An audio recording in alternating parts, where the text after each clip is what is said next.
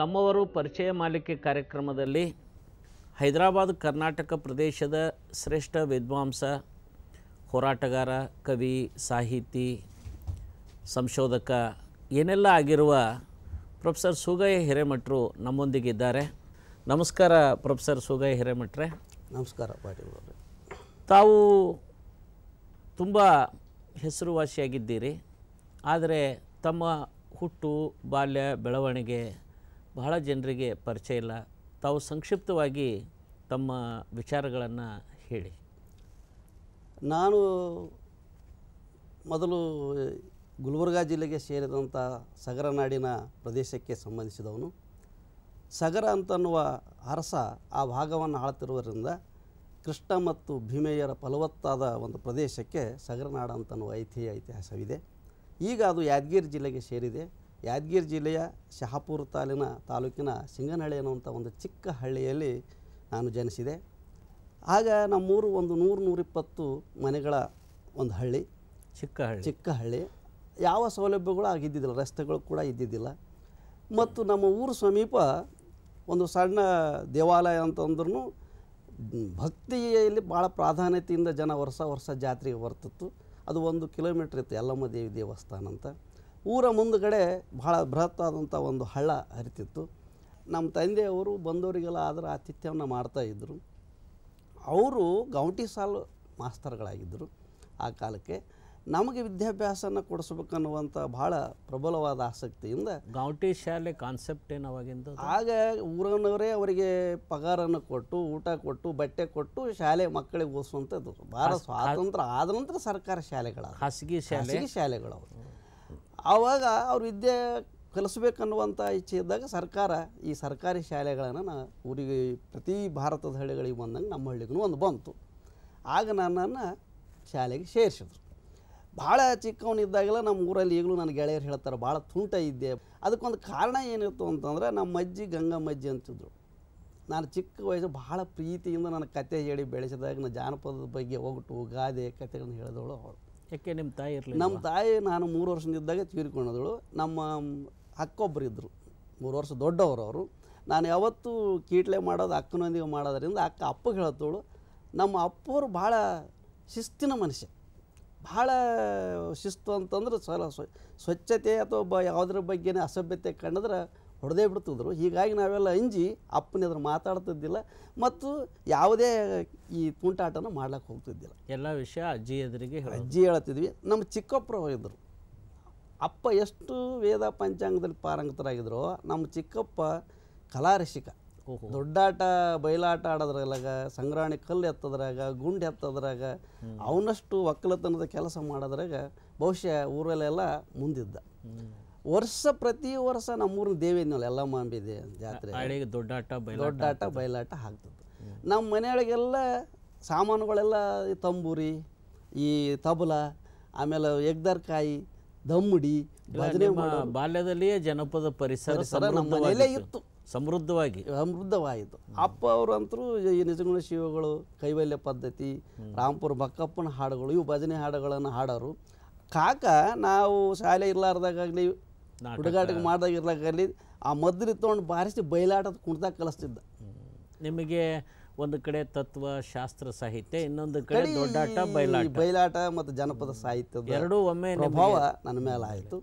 ಮತ್ತು ನಾನು ಹೇಳಿದ್ನಲ್ಲ ಅಜ್ಜಿ ಅಂತ, ಗಂಗಮ್ಮ ಅಜ್ಜಿ ಎಲ್ಲ ವಾರಿಗೆ ಹುಡುಗರು ಕರ್ಕೊಂಡು ಬಂದು ಕಟ್ಟೆ, ನಮ್ಮ ಮನೆ ಮುಂದೆ ಕಟ್ಟೆ ಇತ್ತು, ಕಟ್ಟೆ ಮೇಲೆ ಕೂಡಿಸಿ ಕತೆ ಹೇಳೋಕೆ ಹೋಗಿಲ್ಲ, ಜನಪದ ಕೇಳುವ ಸಂಸ್ಕಾರ ಅಂತ ಇತ್ತು. ನಾನು 3ನೇದು ಹೋದ ಮುಂದೆ ಗೋಗಿ ಶಾಲೆಗೆ ಹೋಗ್ಬೇಕಾಗ್ತಿತ್ತು. 3-4ನೇದಕ್ಕೆ 1-2ನೇದು ಊರಲ್ಲಿ ಪಾಸ್ ಆದ ನಂತರ ಮಳೆಗಾಲದೊಳಗೆ ಒಂದು 3 ಕಿಲೋಮೀಟ್ರ್ ದೂರ ನಮ್ಮ 3ನೇದು ಪೇಟೆಗೆ ಹೋಗಿ ಶಾಲೆ. ನಮ್ಮ ದೊಡ್ಡಮ್ಮವರು ಬೋನಾಳ, ಸುರಪುರ ತಾಲೂಕು ಬೋನಾಳದಲ್ಲಿದ್ದರು. ಅವರು ಒಮ್ಮೆ ನಮ್ಮ ಊರಿಗೆ ಬಂದರು ಆ ಮಳೆಗಾಲದ ಸಂದರ್ಭದೊಳಗೆ. ನಾನು 4ನೇದು ಓದ್ತಾ ಇದ್ದೇನೆ. ಅವ್ರ ಊರಾಗ ಅದೇ ವರ್ಷ 5ನೇದ್ದಾಗಿತ್ತು ಬೋನಾಳದೊಳಗೆ. ನನಗೆ ಕೇಳಿದ್ರು ಅವರು, ಏನಪ್ಪ ಇಷ್ಟು ಮಳೆಯಾಗ ಕೆಸರಾಗ ತೊಳ್ಕೊಂತ ಯಾಕೆ ಇಲ್ಲಿ ಓದ್ತಾ ಇದ್ದೀವಿ, ನಮ್ಮೂರಿಗೆ ಬಾರಲ್ಲ, ನಮ್ಮೂರಾಗ ಹೊಸ ಶಾಲೆ ಆಗಿದೆ, 5ನೇದಾಗ್ಯದ, ನೀವು ಅಲ್ಲಿ ಬಾ ಅಂತಂದ್ರು. ಯಾವ ಊರು? ಬೋನಾಳ್. ಅಲ್ಲಿಗೆ ಹೋದ ಆ ಸಂದರ್ಭದೊಳಗೆ ಆ ವರ್ಷ ನಾನು ಬಯಲಾಟದಲ್ಲಿ ನನಗೆ ಪಾಠ ಕೊಟ್ಟಿದ್ರು 5ನೇ ಕ್ಲಾಸಿಗೆ 4ನೇ ಕ್ಲಾಸಿಗೆ. ಅದು ಮುಗಿಸಿದ ನಂತರ 5ನೇದಕ್ಕೆ ನೀನು ಹೋಗ್ಬೇಕಂತ ಆಹ್ವಾನ ಕೊಟ್ಟಾಗ ನಮ್ಮ ಕಾಕಾಯರು ಏನು ಹೇಳಿದ್ರು, ಅವ್ರಿಗೆ ಆಟ ಕಲ್ತಾನ, ಈ ವರ್ಷ ನಾವು ಅವನಿಗೆ ಎಲ್ಲಿ ಕಲಿಯೋದಿಲ್ಲ, ಮುಂದಿನ ವರ್ಷ ಬೇಕಾದ್ರೆ ನಿಮ್ಮ ಊರಿಗೆ ಕಳಿಸ್ಕೊಡೋಣ, 4ನೇದು ನಮ್ಮೂರಾಗ ಓದಲಿ ಅಂತೇಳಿ ದೇವಿ ಆಟದೊಳಗೆ ತನ್ನ ಮಗನಿಗೂ ನನಗೂ ಗಣಪತಿ ಪಾಠ ಮಾಡಿ ಕುಣಿಸಿದ ಮೊದಲನೇ ನಾನು ಬಯಲಾಟದೊಳಗೆ ಗಣಪತಿಯ ಪಾತ್ರ ಆದ್ವಿ. ಆಮೇಲೆ ಮತ್ತೆ ಬೇರೆ ಬೇರೆ ಪಾತ್ರಗಳನ್ನು ದೊಡ್ಡ ಆಟದಲ್ಲಿ ನಾನು ಹಾಕಿಕೊಳ್ಳೋದುಂಟು. 5ನೇ ತರಗತಿಗೆ ನಾನು ಬೋನಾಳಕ್ಕೆ ಬಂದೆ. 7ನೇದವರೆಗೂ ನಾನು ಅವರಲ್ಲಿ ಬೋನಾಳದಲ್ಲಿ ಓದಿದೆ. ಆಗ ನಾನು ಅಲ್ಲಿ 8, 9, 10ನೇದವರೆಗೆ ಪ್ರೌಢಶಾಲೆ ಅಲ್ಲಿ ಓದಿದೆ 69ರೊಳಗೆ. ಮುಂದೆ ಗುಲ್ಬರ್ಗ ಮುಂದೆ ಶರಣಬಸವೇಶ್ವರ ಕಾಲೇಜು ಗುಲ್ಬರ್ಗಕ್ಕೆ ಬಂದೆ. ಅಲ್ಲಿ ಮೊದಲು ನಾನು ಸೈನ್ಸ್ ವಿದ್ಯಾರ್ಥಿ ಆಗಿದ್ದೆ. ಅಲ್ಲಿ ಹೈಸ್ಕೂಲ್ನೊಳಗೆ ಅವಾಗ ಆರ್ಟ್ಸ್ ಸೈನ್ಸ್ ಇದ್ದು ನಾನು ವಿಜ್ಞಾನದ ವಿಷಯ ತೊಗೊಂಡು ಪಾಸಾಗಿದ್ದೆ. ಇಲ್ಲಿ ಬಂದು ಮತ್ತೆ ಇಲ್ಲ ರೊಕ್ಕ ವಿಜ್ಞಾನ ವಿಷಯ ತೊಗೊಂಡು ಹೋಗ್ಬೇಕಾದ್ರೆ ಮುಂದೆ ದೊಡ್ಡ ದೊಡ್ಡ ಫೀಸ್ಗಳು ಕಟ್ಟಬೇಕಾಗ್ತದೆ ಅಂತೇಳಿ ನಮ್ಮಪ್ಪರು ಏನು ಆರ್ಟ್ಸ್ ಮಾಡಿ ನೀನು ಅಂತೇಳಿ ಇದಕ್ಕೆ ತಂದು SB ಕಾಲೇಜಿಗೆ ನನಗೆ ಹಚ್ಚಿದ್ರು. ಇಲ್ಲಿ 3 ವರ್ಷ BA ಓದಿ ಕನ್ನಡ ಮೇಜರ್ ಮಾಡಿ 73ರೊಳಗೆ ನಾನು BAಲಿ ಶರಣಬಸವೇಶ್ವರ ಕಲಾ ಮಹಾವಿದ್ಯಾಲಯದಿಂದ. ಮುಂದೆ MA ಎಲ್ಲಿ ಮಾಡಿದರೆ? ಇಲ್ಲೇ ಮಾಡಿದೆ. ಕಷ್ಟದಲ್ಲಿ ಓದಿ ಬಂದವರು ಬೇಗ ಒಂದು ಕೆಲಸ ಹುಡುಕೋಬೇಕು ಅನ್ನೋದಕ್ಕಿಂತ ಹೆಚ್ಚಾಗಿ ಸಾಮಾಜಿಕ ವ್ಯವಸ್ಥೆಯಲ್ಲಿ ಹೋರಾಟ ಮಾಡಲಿಕ್ಕೆ ತೊಡಗಿದಿರಲ್ಲ, ಅದಕ್ಕೇನು ಪ್ರೇರಣೆ? ಅದಕ್ಕೆ ಕಾರಣಗಳು ಅನೇಕ ಇದ್ದು. ಬರಗಾಲದ ಪೆಟ್ಟಿನಿಂದ ನಾವು ಇಲ್ಲೇನು ಬಂದು MA ಓದ್ತಾ ಇದ್ದಾಗ ಇಲ್ಲಿ ನಮ್ಮದೊಂದು ಗೆಳೆಯರ ಗುಂಪೇ ಇತ್ತು. ಯಾವಾಗ MAಗೆ ಬಂದೆ ಇವರೆಲ್ಲರೂ ಗುಂಪು ಕಟ್ಟಿ ಒಂದು ಪರಿಷತ್ ಮಾಡಿದಾಗ ಅವಾಗ ಬಸವರಾಜ್ ತಂಬಾಕಿ ಅಂತ ನಮ್ಮ ಬೇಲಿ LIC ಡೆವಲಪ್ಮೆಂಟ್ ಆಫೀಸರ್ ಇದ್ರು ಶಾಪುರದೊಳಗೆ. ಅವರು ಪ್ರತಿ ಶನಿವಾರ ರವಿವಾರ ಒಂದು ಊರಿಗೆ ಹೇಳೋರು, ಭಜನಾ ಮಾಡೋಂಥ ಊರಿಗೆ ಹೇಳೋರು. ಅವರು ಇವ್ರನ್ನ ಕರೆಸಿ ಒಂದು ಉಪನ್ಯಾಸ ಯಾವುದನ್ನ ಅವ್ರಿಗೆ ಇಂಥ ಉಪನ್ಯಾಸ ಅಂತ ಏನಿಲ್ಲ, ಇವ್ರು ಹೋಗಿ ವಚನ ಬಗ್ಗೆ ಯಾರ್ದೋ ಒಂದು ಶರಣರ ಬಗ್ಗೆ 4 ಮಾತು ಹೇಳಿ ಬಂದುಬಿಡೋದು. ಅವರು ನಾನು ಸೂಟಾಕೆಲ್ಲ ಖಾಲಿ ಇದ್ದಾಗೆಲ್ಲ ಶಾಪುರದಾಗ ನಾನು ಕರ್ಕೊಂಡು ಹೊಂಟ್ರು. ಎಷ್ಟು ತಿರುಗಾಡಿಸಿದ್ರು ಅಂದರೆ ಒಂದು 3-4 ವರ್ಷ ನಮ್ಮನ್ನು ಎಡಬಿಡದೆ ರಾಜ್ಯದಾಗೆಲ್ಲ ತಿರುಗಾಡಿಸಿದ್ರು. ಹೀಗಾಗಿ ನಾನೇನು ಮಾಡಿದೆ, ಆ ಪ್ರಭಾವಕ್ಕೊಳಗಾಗಿ ವಚನ ಸಾಹಿತ್ಯನ ಸರಿಯಾಗಿ ಓದ್ಕೊಂಡೆ. ವಚನ ಸಾಹಿತ್ಯ ಓದ್ತಾ ಗೊತ್ತಾದದ್ದು ಏನಂದರೆ ಈ ಸಮಸ್ಯೆಗಳು ಏನಾವಲ್ಲ, ಹಳ್ಳಿ ಮತ್ತು ಜನಾಂಗದ ಸಮಸ್ಯೆಗಳು, ಜಾತಿ ಸಮಸ್ಯೆಗಳು, ಬಡತನ ಶ್ರೀತನದ ಸಮಸ್ಯೆಗಳು, ಅವುಗಳ ಬಗ್ಗೆ ನನಗೆ ಅನುಭವ ಮಾಡ್ಲಿಕ್ಕೆ ಶುರುವಾಯಿತು. ಒಳ್ಳೆ ಭಾಷಣಕಾರರು ಆದ್ರಿ ಮತ್ತು ವಚನ ಸಾಹಿತ್ಯ ಮನನ ಆಯಿತು. ಆ ಸಂದರ್ಭದೊಳಗನೆ ಈ ನವಲಗುಂದ ಬಂಡಾಯ ಶುರುವಾಯಿತು. ರೈತರಿಗೆ ನೀರು ಕೊಡಲಾರ್ದೇ ಏನು ಕರ ಹಾಕಿ ಸರ್ಕಾರ ಇದು ಮಾಡಿತು, ಅದ್ರದ್ದೊಂದು ಚಳವಳಿ ಶುರುವಾಯಿತು. ಅದಕ್ಕೂ ಪೂರ್ವದಲ್ಲಿನೇ ತುರ್ತು ಪರಿಸ್ಥಿತಿ ಬಂತಲ್ಲ, ತುರ್ತು ಪರಿಸ್ಥಿತಿ ಒಳಗೆ ಎಲ್ಲ ಇಲ್ಲಿ ನಮ್ಮ ಸಮಾಜವಾದಿಗಳ ಮಂದಿ ಚರ್ಚೆ ಮಾಡ್ತಿದ್ರು. ಅವಾಗ ಹೇಳಕೈತ್ರು ಲೋಯ ವಿಚಾರ, ಹಿಂಗೆ ಅಂಬೇಡ್ಕರ್ ವಿಚಾರ ಇದು ಅಂತ ಅವರೆಲ್ಲ ಮಾತಾಡಿ ಚರ್ಚೆ ಮಾಡೋ ಪುಸ್ತಕ ಕೊಡೋರು ನನಗೆ ಮೂಲಕ ಅದು ಓದ್ತಾ ಇದ್ದೆ. ಅಷ್ಟ ಸಂದರ್ಭದಲ್ಲಿನೇ ಇಲ್ಲಿ ಬಂಡಾಯ ಸಾಹಿತ್ಯ ಚಳವಳಿ ಅಂತ ಅನ್ನೋದು ಶುರುವಾಯಿತು, ಸ್ಟೇಟ್ ಲೆವೆಲ್ ಶುರುವಾಗಿತ್ತು ಅವಾಗ. ಅದರೊಳಗೆ ನಾನು ಭಾಗಿಯಾದ ದಲಿತ ಮೂಮೆಂಟ್ನಲ್ಲಿ ಶುರುವಾಗಿದೆ. ಆ ಸಂದರ್ಭದೊಳಗೆ ಪ್ರಮುಖವಾದಂಥ ನಾವು ಇಲ್ಲಿ ಹೋರಾಟ ಮಾಡಿದ್ವು ಅಂತಂದ್ರೆ ಈ ಚುಂಚನಸೂರಿನ ಬತ್ತಲ ಸೇವೆ ಅನಿಷ್ಟ ಪದ್ಧತಿಯನ್ನು ಇಲ್ಲಿ ಸ್ವಚ್ಛವಾಗನೆ. ಇದ್ರ ಜೊತೆಗೆ ತಾವು ರೈತರ ಬಗ್ಗೆ ತುಂಬ ಕಾಳಜಿ ಇಟ್ಕೊಂಡು ಪ್ರೊಫೆಸರ್ ನಂಜುಂಡ ಸ್ವಾಮಿ ಅವರ ನೇತೃತ್ವದಲ್ಲಿ ರೈತ ಚಳವಳಿಯಲ್ಲಿ ಭಾಗವಹಿಸಿದ್ದೀರಿ ಅಂತ ಹೇಳಿ. ಹೌದು. ಈ ಸಂದರ್ಭ ನಾವು ಮಾಡ್ತಿದ್ದಾಗ ನಂಜುಂಡ ಸ್ವಾಮಿ ಅವರು ಒಂದು ಕರೆ ಕೊಟ್ಟರು. ಅವಾಗ ರೈತರೆಲ್ಲ ಎದ್ದೇಳ್ರಿ, ನಿಮ್ಮ ಆಗುವ ಒಮ್ಮೆದೊಮ್ಮೆಲೆ ಈ ಸಹಕಾರ ಬ್ಯಾಂಕಿಗಳು 1ಕ್ಕೆ 2, 3 ಚಕ್ರ ಬಡ್ಡಿ ಹಾಕಿ ಒಮ್ಮೆಲೆ ನೋಟಿಸ್ ಕೊಟ್ಟುಬಿಡ್ತು ನಿಮ್ಮ ಮನೆ ಜಪ್ತಿಗೆ ಅಂತ. ನಮಗೆ ನಮ್ಮ ಮನೆಯೊಳಗೆ ಯಾವಾಗೋ ನಮ್ಮ ಕಾಕ ಒಮ್ಮೆ 5,000 ರೂಪಾಯಿ ಲೋನ್ ಎತ್ತಿ ನೀರು ಬೀಳಾರ್ದಕ್ಕೆ ಬಾಯಿ ಅರ್ಧಕ್ಕೆ ನಿಲ್ಲಿಸ್ಬಿಟ್ಟಿದ್ದ, ನಮ್ಮ ಮನೆಗೂ ನೋಟಿಸ್ ಬಂತು. ಆವಾಗ ನಾನು ಕಣ್ತರದೆ. ಅದು ತೋರಿಸಿದ ಮೇಲೆ ನನಗೆ ಜಾಗ್ರತೆ ಏನು ಮಾಡಬೇಕು ಅಂತಂದಾಗ ನಂಜುಂಡ ಸ್ವಾಮಿಯವರು ದಿನ ಕರೆ ಕೊಡೋದು ನೋಡಿದ್ದೆ. ಯಾರೂ ಹಂಚಬಾರದು, ಅಷ್ಟಕ್ಕೆ ಸ್ಟೇ ಕೊಡ್ತದೆ ಸರ್ಕಾರ, ನೀವು ಸ್ಟೇ ತೊಗೊರ್ರಿ, ಇದ್ರ ಬಗ್ಗೆ ಹೋರಾಟ ಮಾಡೋಣ. ರಾಯಚೂರಿನೊಳಗೆ ಕಲ್ಯಾಣ ನಾಡಿನ ಶರಣ ಸಾಹಿತ್ಯ ಪರಿಷತ್ಗೆ ಒಂದು ಸಮ್ಮೇಳನ ಇಟ್ಕೊಂಡಿದ್ವಿ. ಆ ಸಮ್ಮೇಳನದೊಳಗೆ ಒಂದು ಗೋಷ್ಠಿ ಅಧ್ಯಕ್ಷತೆ ಅವರಿದ್ದರು, ಅದರೊಳಗೆ ಅತಿಥಿ ನಾ ಇದ್ದೆ. ರಾಯಚೂರು ರೈತರ ಗೋಷ್ಠಿ ಒಳಗೆ ಇಬ್ಬರಿಗೆ ಭೇಟಿಯಾದ್ವಿ. ನಾನು ಎಲ್ಲ ತೊಂದ್ರೆನ ಹೇಳಿದೆ ಅವ್ರಿಗೆ.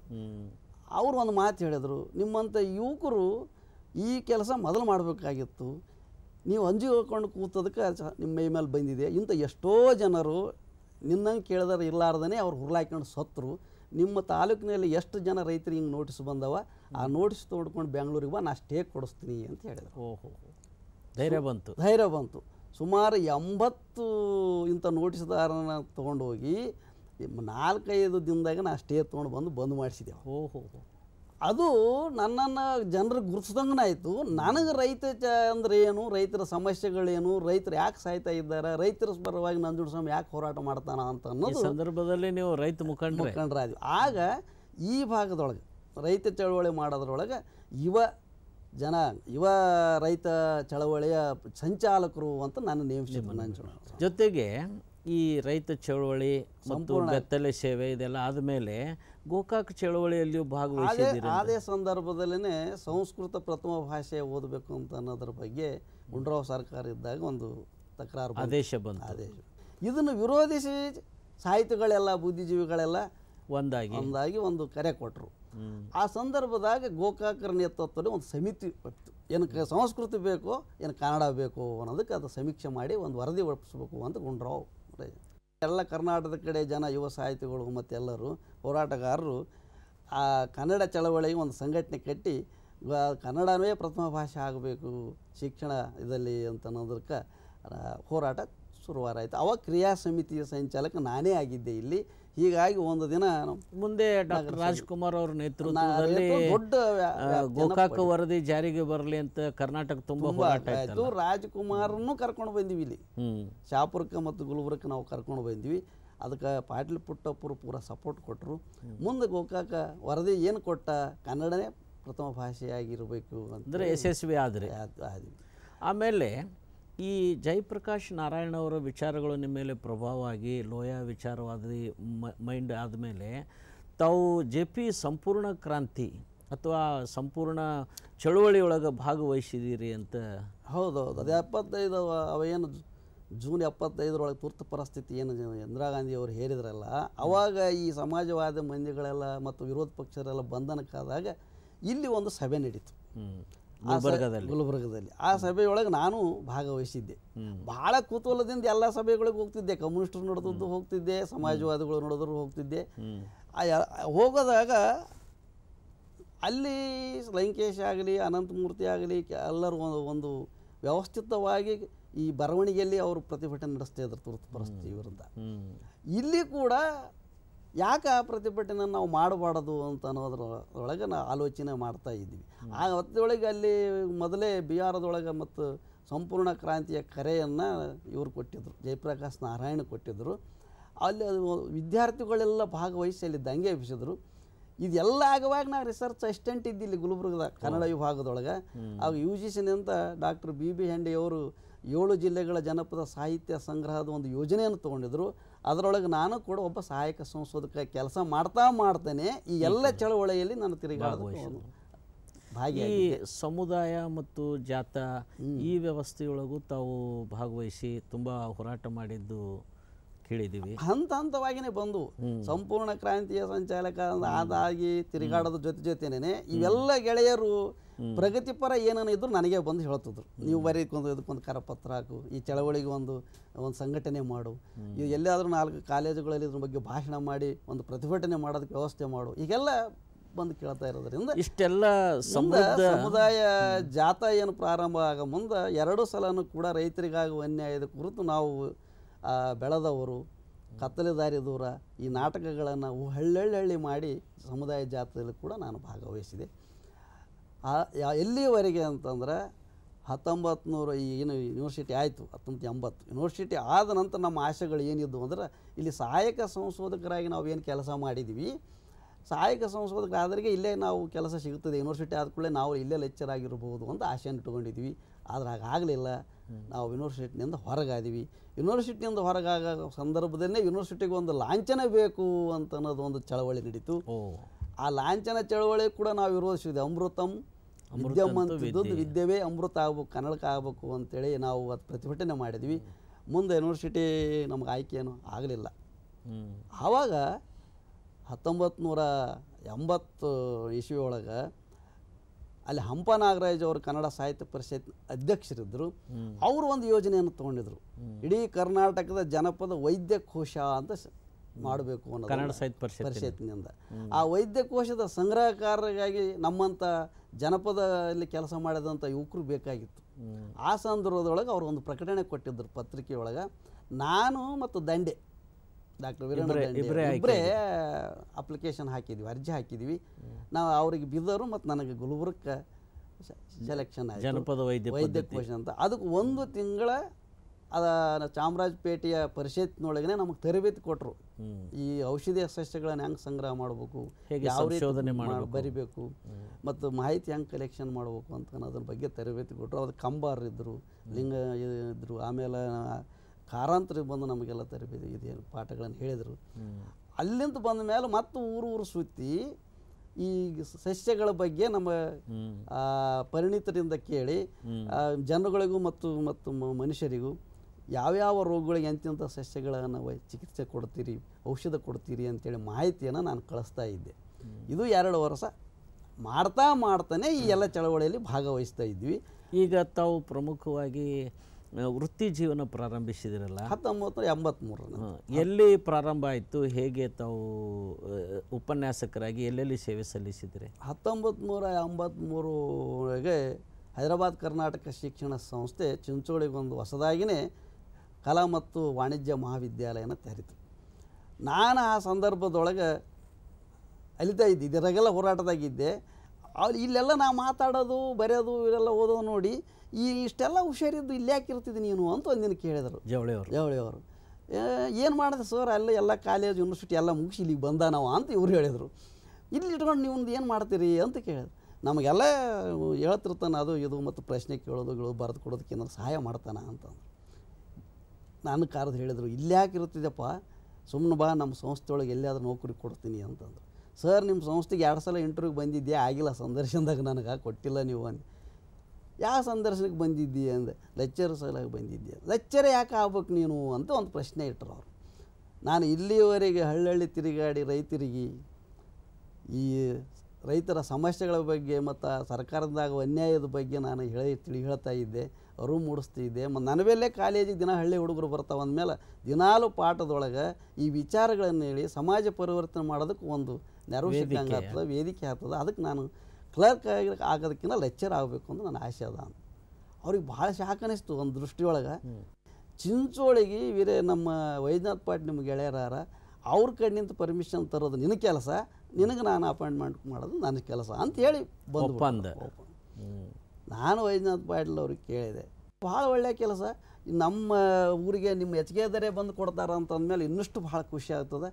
ಅಲ್ಲ, ನೀವು ನೌಕರಿ ಮಾಡೋ ಸಲುವಾಗಿ ಕಾಲೇಜಿಗೆ ತೊಗೊಂಡ್ಬಂದು ಕಾಲೇಜ್ ತಂದ್ವಿ. ಗುಡ್. ಆ ಕಾಲೇಜು ಪರ್ಮಿಷನ್ ಸಿಕ್ತು. ತಂದ ಮೇಲೆ ಅಷ್ಟೇ ಉತ್ಸಾಹದಿಂದ ಜವಳಿಯವರು ನನ್ನನ್ನು ಮೊದಲನೇದಾಗಿ ಅಧ್ಯಾಪಕ ಅಂತೇಳಿ ಅಲ್ಲಿ ಕಳಿಸಿದ್ರು. ಅಲ್ಲಿ ಮುಂದೆ ಅಲ್ಲೇ ಇನ್ಚಾರ್ಜ್ ಪ್ರಿನ್ಸಿಪಾಲ್ ಆದೆ, ಅಲ್ಲಿ ಗ್ರ್ಯಾಂಟಿನ ಏಡಾಯಿತು, ಕಾಲೇಜ್ ಕಟ್ಟಡ ಆಯಿತು. 15 ವರ್ಷ ಚಿಂಚೋಳಿಯಲ್ಲಿ ನಾನು ಸೇವೆ ಸಲ್ಲಿಸಿದ್ದೆ. ಕನ್ನಡ ಮುಂದೆ ಅಲ್ಲಿಂದ 96ಕ್ಕೆ ನಾನು ಇಲ್ಲಿಗೆ ಬರ್ಬೇಕಂತಿತ್ತು, ಗುಲ್ಬರ್ಗಕ್ಕೆ ಬರ್ಬೇಕಂತಿದ್ದೆ. ಇಲ್ಲ, ಇಲ್ಲಿ ಯಾವ ವೇಕೆಂಟ್ ಇಲ್ಲ, ಈಗ ಸದ್ಯಕ್ಕೆ ಬೀದರ್ ಭೂಮರೆಡ್ಡಿ ಕಾಲೇಜಿನಲ್ಲಿದೆ, ಅಲ್ಲಿಗೆ ಹೋಗು, ಅಲ್ಲಿಂದ ಸ್ವಲ್ಪ ದಿನ ಅಂದ್ರೆ ಇಲ್ಲಿ ತೋಳೋಣ ಅಂತೇಳಿ ಕಳಿಸಿದ್ರು.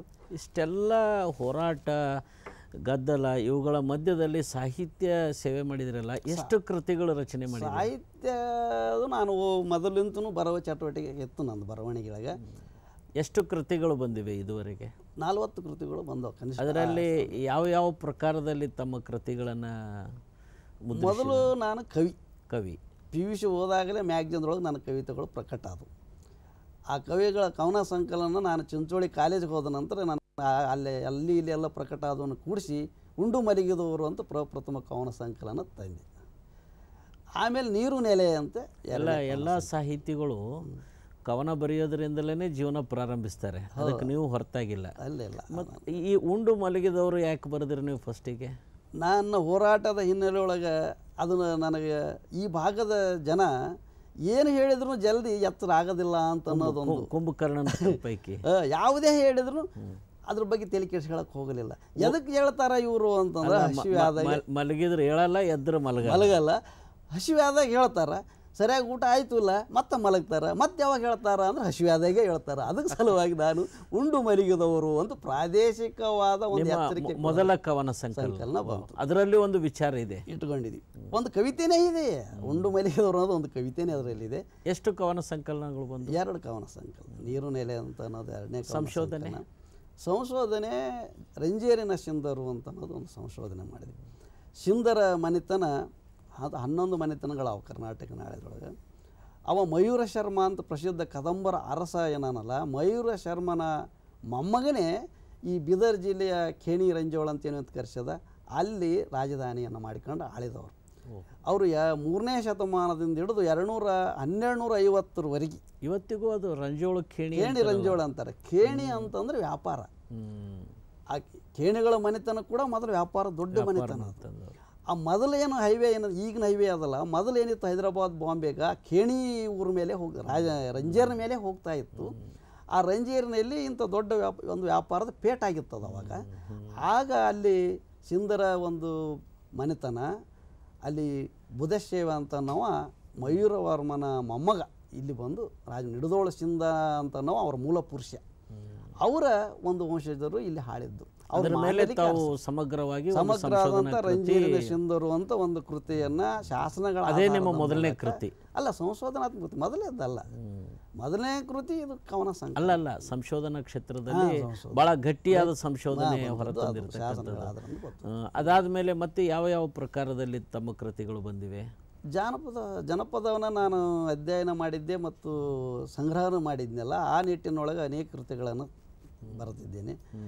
ಜನಪದ ಸಂಸ್ಕೃತಿ ಅಂತ ಅನ್ನೋದು ಒಂದು ಬಂತು, ಅದು ಸಾಹಿತ್ಯ ಪರಿಷತ್ನ ಅಕ್ಕಮ್ಮಗಿರಿಗೌಡ ಪ್ರಶಸ್ತಿಯನ್ನು ಕೂಡ ಪಡೆದು. ನಿಮಗೆ ಇಡೀ ಸಮಗ್ರ ಸಾಹಿತ್ಯದಿಂದ ಜಾನಪದ ಅಕಾಡೆಮಿ ಪ್ರಶಸ್ತಿ ಸಿಕ್ತೋ ಅಥವಾ ಜನಪದ ಕೃತಿಗಳನ್ನು ಗಮನಿಸಿ ಅವಲೋಕಿಸಿ? ಸಮಗ್ರವಾದ ಸಮಗ್ರ ಇಡೀ ನಿಮ್ಮ ಜೀವಮಾನದ ಒಂದು ಸಾಧನೆಗೆ ಜಾನಪದ. ಹೀಗಾಗಿ ನೀವು ಒಬ್ಬ ಜಾನಪದ ವಿದ್ವಾಂಸ ಅಂತಲೇ ಗುರುತಿಸಿಕೊಂಡಿದ್ದೀವಿ. ಅವಾಗ ಆ ಜಾನಪದ ಸಂವಹನ ಅಂತ ಅನ್ನೋದು ಕೃತಿ ಬಂತು.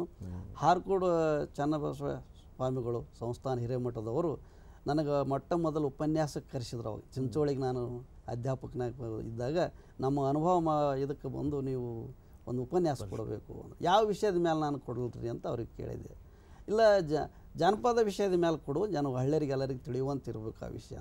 ಜನಪದ ಸಾಹಿತ್ಯದಲ್ಲಿ ಜೀವನ ಮೌಲ್ಯಗಳು ಅಂತ ಒಂದು ಉಪನ್ಯಾಸ ಕೊಟ್ಟೆ. ಅದನ್ನು ಅವರು ಪ್ರಕಟಿಸಿದ್ರು. ಜನಪದ ಸಾಹಿತ್ಯನ ಮೊದಲನೇ ಕೃತಿ ಅದು ಉಪನ್ಯಾಸದ ಮೊದಲನೇ ಕೃತಿಯಾಗಿ ಅಲ್ಲಿ ಪ್ರಕಟ ಆದಮೇಲೆ ಅವರು 50 ಉಪನ್ಯಾಸಗಳನ್ನು ಮಾಡಿ ವರ್ಷ ಅದೇ ಥರ ಪ್ರಕಟಿಸ್ಕೊತ ಬರ್ತಾ ಇದ್ದಾರೆ.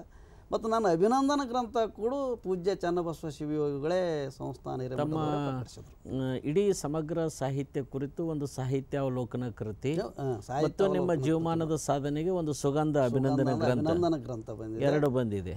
ಹಂಪಿ ಯೂನಿವರ್ಸಿಟಿಯಿಂದ ನಮ್ಮ ಜಾನಪದ ಕೃತಿಗಳ ಒಂದು ಅಧ್ಯಯನ, ಸುಗೈರಮಠ ಜನಪದ ಕೃತಿಗಳ ಒಂದು ಅಧ್ಯಯನ ಅಂತ MPhil ಕೂಡ ಆಗಿದೆ ಈಗ ಅದ್ರ ಬಗ್ಗೆ.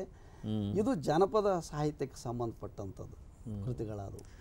ಆಮೇಲೆ ಸೃಜನಶೀಲವಾದ ಸಾಹಿತ್ಯ ನನ್ನಲ್ಲಿ ಇರೋದೇ ಮೊದಲಿಂತನೂ ಇತ್ತು.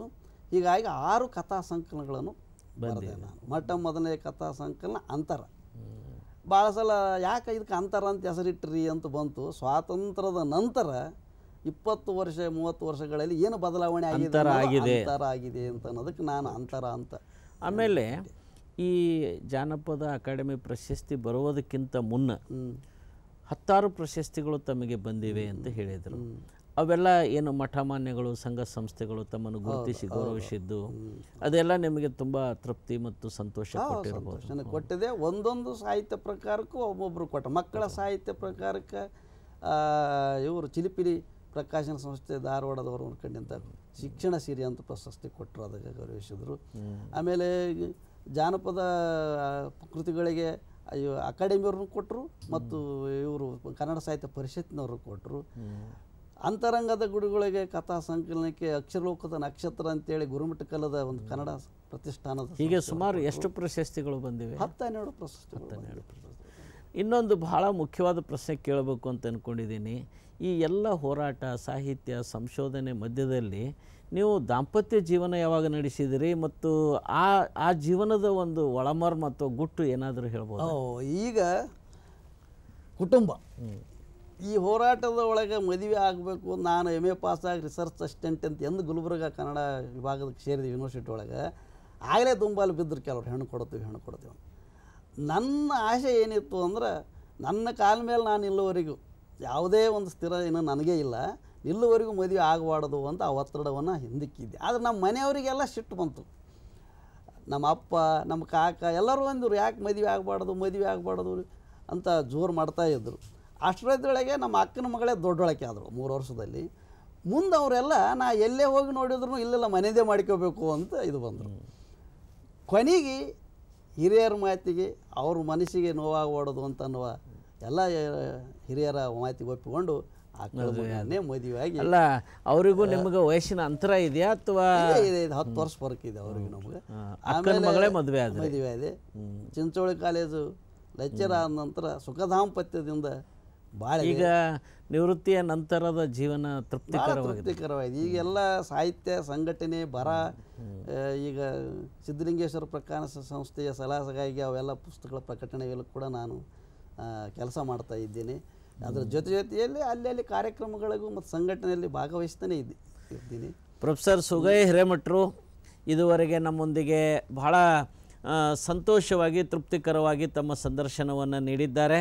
ಅವರ ಅನೇಕ ವಿಚಾರಗಳನ್ನು ನಮ್ಮ ಮುಂದೆ ಬಹಳ ಸ್ಪಷ್ಟವಾಗಿ ಅಂತರಂಗ ಬಹಿರಂಗ ಶುದ್ಧಿಯಾಗಿ ತೆರೆದು ಇಟ್ಟಿದ್ದಾರೆ. ಅವರ ವಿಚಾರಗಳನ್ನು ನಾವೆಲ್ಲ ಕೇಳಿದ್ದೇವೆ. ಅವರು ತಮ್ಮ ಪರಿಚಯಾತ್ಮಕವಾದಂಥ ಈ ಸಂದರ್ಶನದಲ್ಲಿ ಅನೇಕ ವಿಚಾರಗಳನ್ನು ಬಿಚ್ಚಿಟ್ಟಿದ್ದಕ್ಕೆ ಧನ್ಯವಾದಗಳನ್ನು ಅರ್ಪಿಸ್ತೇನೆ. ನಮಸ್ಕಾರ. ತಮಗೂ